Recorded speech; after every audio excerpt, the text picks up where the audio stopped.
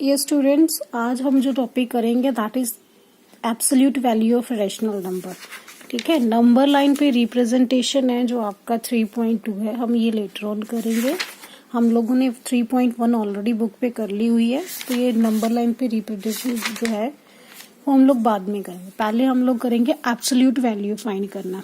ठीक है, तो ये आपने फर्स्ट चैप्टर में भी किया हुआ है, how to find the absolute value. ठीक है, एब्सोल्यूट वैल्यू पे क्या होता है, हम लोग मोड लगाते हैं और सिर्फ न्यूमेरिकल वैल्यू उठानी होती है। उसकी जो साइन है वेदर इट इज पॉजिटिव और नेगेटिव ये नहीं उठाना। एब्सोल्यूट का मतलब है हमने सिर्फ न्यूमेरिकल वैल्यू लिखनी। सेम चीज हम लोग रेशनल नंबर में करेंगे, उसमें भी एब्सोल्यूट वैल्यू उठानी है। जो एब्सोल्यूट वैल्यू है उसको सिर्फ न्यूमेरिकल वैल्यू उठानी है, चाहे वो पॉजिटिव हो या नेगेटिव हो, वो कोई फर्क नहीं पड़ता। ठीक है, जैसे -2/3 की एब्सोल्यूट वैल्यू क्या होगी, 2/3। और अगर अकेला 2/3 है तब भी वैल्यू 2/3 होगी, क्योंकि हमने साइन देखना ही नहीं है। इसलिए एक जो है नंबर के दो नंबर की सेम वैल्यूज हो सकती हैं। जैसे -2/3 की वैल्यू भी 2/3 है और 2/3 की भी 2/3 है, तो ये चीज यही लिखी है, there can be at most two distinct rational numbers having same absolute value. तो कम जो मैक्सिमम दो नंबर हो सकते हैं ऐसे जिनकी जो है एब्सोल्यूट वैल्यू सेम होएगी। जीरो तो वैसे ही न्यूट्रल है, जीरो की एब्सोल्यूट जीरो ही आएगी। ठीक है, अब एक्सरसाइज में देखिए, जो फर्स्ट पार्ट है 3.2, ये आप लोग बच्चे करोगे नोटबुक के ऊपर। ठीक है, make sure you have to write down on your notebook. तो एब्सोल्यूट वैल्यू निकालनी है। एब्सोल्यूट वैल्यू के लिए आपने क्या करना है, ये जो टर्म है इसके आगे मॉडुलस लगाना है। Let me write down here. तो जैसे आपको दिया हुआ है एब्सोल्यूट वैल्यू ऑफ -7/2, तो आप लिखेंगे ऐसे, मॉड लगाने के बाद इसकी वैल्यू लिखेंगे 7। देन उन्होंने बोला -2/11 का मॉडुलस क्या आएगा, दैट विल बी 2/11। ऐसे ही उन्होंने फर्दर पूछा हुआ है 4/9 का मॉडुलस, तो एज इट इज आ जाएगा ना, इसका मॉडुलस लगाओगे तो 4/9 ही आएगा। बाकी सबका भी बच्चे एज इट इज फाइंड करना, मॉडुलस लगा के उसकी वैल्यू लिखनी है। ठीक है, तो फर्स्ट सम आप लोग नोटबुक के ऊपर करोगे। सेकंड उन्होंने क्या, simplify each of the numerical expression, इसको सिंप्लीफाई करना। ये देखो, ये मैं लिखने जा रही हूं, सेकंड का ए पार्ट उन्होंने दिया हुआ mod of -5 plus mod of 2, ये किसके इक्वल है, मॉडुलस है, तो हमने सिर्फ न्यूमेरिकल वैल्यू उठानी है। तो ये वैल्यू क्या आ गई, 7। ऐसे ही बच्चे बी पार्ट जो आपको गिवन है, बी पार्ट की स्टेटमेंट क्या है, -13 -11 प्लस 7। ठीक है, अब देखो 13 है, मॉडुलस है, तो सीधी वैल्यू उठानी है, माइनस का 11 आएगा और प्लस का 7 आएगा। तो 13 + 7 is what, 20 - 11, that gives you 9। This is your answer. ठीक है, थर्ड सम बच्चे देखो, सी पार्ट में क्या गिवन है, सी पार्ट में उन्होंने दिया हुआ है -15 डिवाइडेड बाय -5। अब देखो, सबसे पहले तो मॉडुलस खत्म करना है, और नेक्स्ट स्टेप आपको पता है डिवीजन है, तो डिवीजन को किस में चेंज करना, मल्टीप्लाई में, और इसका रेसिप्रोकल। 5 1 = 5, 5 3 15, तो आंसर क्या आ गया आपका 3। क्लियर है बेटा। उसके बाद फोर्थ प्रॉब्लम देखो, डी पार्ट में क्या दिया हुआ है, मॉडुलस 4 इंटू -2 और -1 इंटू -2 प्लस -1। ये हमारी जो है वो फोर्थ प्रॉब्लम है। ठीक है, -2 -1। अब देखो, सबसे पहले तो मॉडुलस खत्म करना है। ठीक है, देन उसके बाद पहले मल्टीप्लीकेशन 4 2 8 + 1, तो ये हमारे पास क्या बन गया, 8 + 1 = 9। तो ये हमारा आंसर आ गया। ठीक है बेटा, इसमें अगर कोई भी प्रॉब्लम होएगी बच्चे, तो कल क्लास हमारी जो ऑनलाइन लगेगी उसमें आप मुझसे पूछ लेना। ठीक है, तो सेकंड प्रॉब्लम भी हो गई।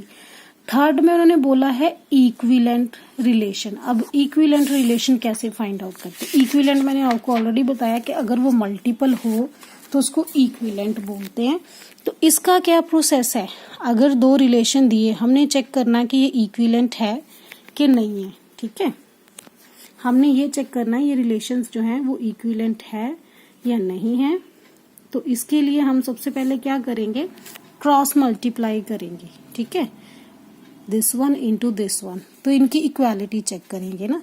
तो a into D should be equals to b into D, ये जो लिखा हुआ है a into D, a into D इसकी वैल्यू इसकी इक्वल होनी चाहिए। जैसे ये दो फ्रैक्शंस गिवन है ना, तो 14 और 8 का मल्टीप्लिकेशन जो है 7 और 16 के इक्वल होना चाहिए। अगर ऐसा होल्ड करता है तो ये इक्विवेलेंट है। दूसरा मेथड क्या है बेटा, ये जो फ्रैक्शन है ना इसकी कटिंग करके देख लो।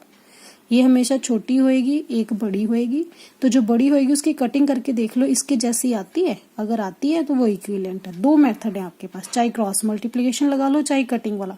जैसे मुझे पता चल रहा है दोनों इवन है, मैं इसको कटिंग कर सकती हूँ 8 to 16 और 7 to 14, तो ये क्या है, इक्विवेलेंट है। ठीक है, ऐसे ही हमने यहाँ पे शो करना है। ठीक है, तो यहाँ पे आप इन दोनों को मल्टीप्लाई करोगे। ठीक है, लाइक इसमें आप करोगे 9 इंटू 15 और दूसरा चेक करोगे -5 इंटू -3।